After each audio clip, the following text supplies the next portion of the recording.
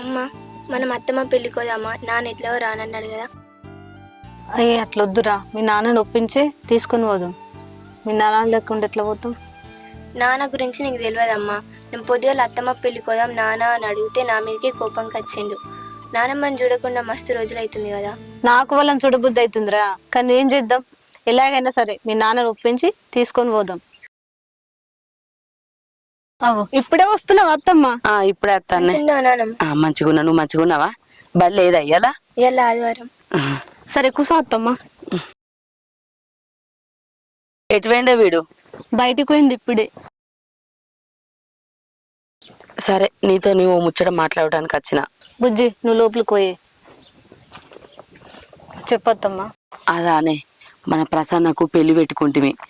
మాట ముచ్చట అయిన రోజు కూడా మీరు రాలేదే. నలుగురు మీ కొడుకేడని అడిగిర్రు. నాకంతా తలకాయ తీసేసినట్టు అనిపించింది.